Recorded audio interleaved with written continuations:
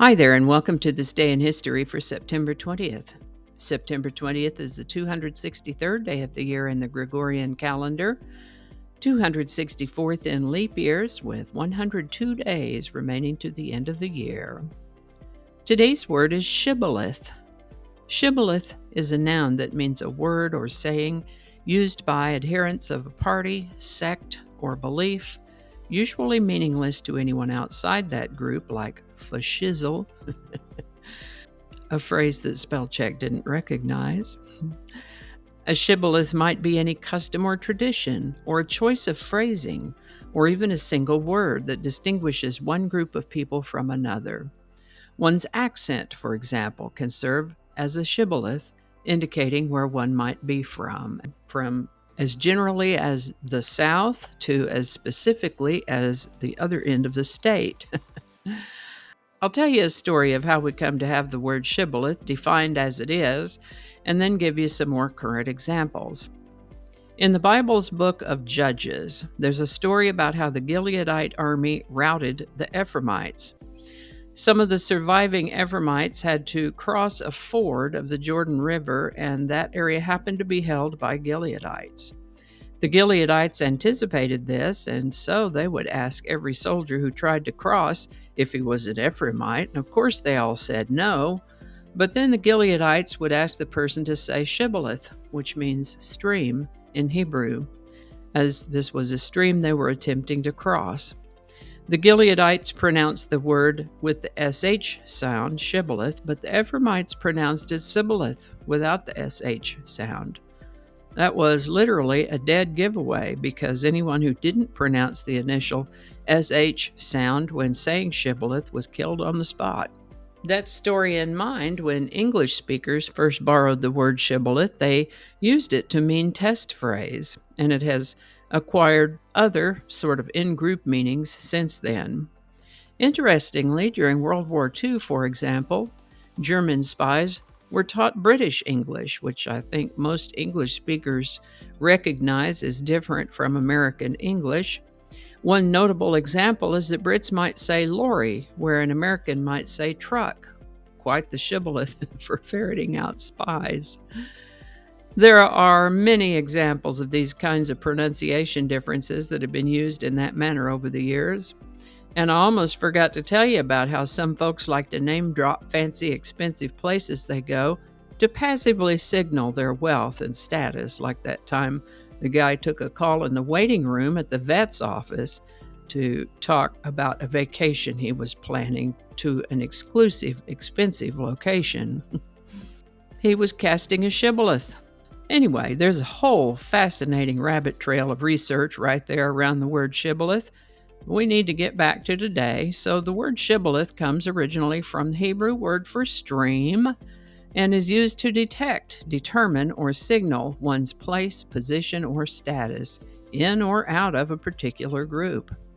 First known use of the word shibboleth is 1638.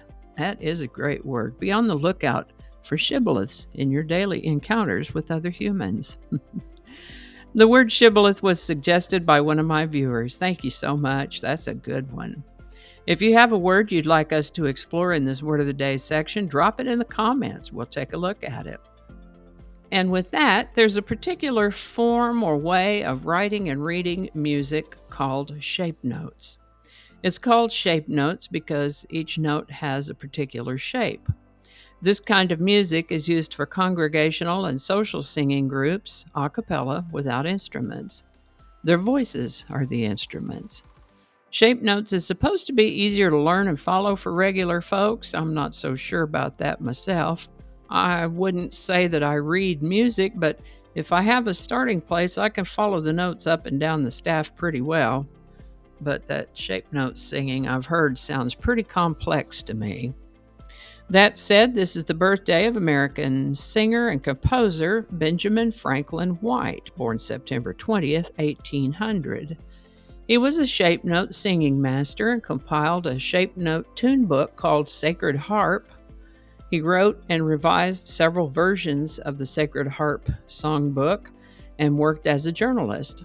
Mr. White lived to the age of 79. Today's song is Sugar Sugar by the Archies, #1 on September 20th, 1969. This song was written by Jeff Barry and Andy Kim and recorded by the cartoon band the Archies. It held the #1 spot for 4 weeks and was the #1 single of the year for 1969. Sugar Sugar became one of the biggest hits in a genre that came to be called bubblegum pop, popular for about 5 or so years from the late 60s into the early 70s. Interestingly, the Archies was a fictional band, part of a cartoon series based on Archie comic books. The music was performed by studio session musicians and various vocal artists. Sugar Sugar, #1 on September 20th, 1969. Link in the description. And I think that's going to do it for us today. Thank you so much for watching. Consider subscribing if you haven't already. Feel free to share this video with a link in your email, messaging, or social media. If you enjoy this series, you can check out the playlist that contains these videos. I'll put a link to that in the description. That description lives on YouTube, so for other platforms, I'll include a link to my blog page that is called No Really. And you can also find me on Rumble, BitChute, and Odyssey. All those links in that description. Alrighty, that's all I can think of right now. Thanks again, and I'll see you next time. Oh, get your microphone. Okay. Phone over there. Hello. Okay. With 202 days remaining to the end of the world. End of the year. Please, not the end of the world. 202 days remaining to the end of the year. Let's read that one again. Maybe I should ask Google how to pronounce that. How do you go about pronouncing his name? Paulo Coelho. Coelho. Paulo Coelho. Pretty straightforward once you know. Paulo Coelho. Google is so smart. Yep, it is. That's what it's called. All right. Attracting.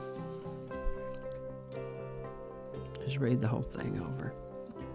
You know what? Maybe we can leave that one off. Don't alienate people who can be helpful to you. Flinging happiness all over the place. I don't know. Can I get this edited? Let's find out. All right. Back to work. I think we got it this time.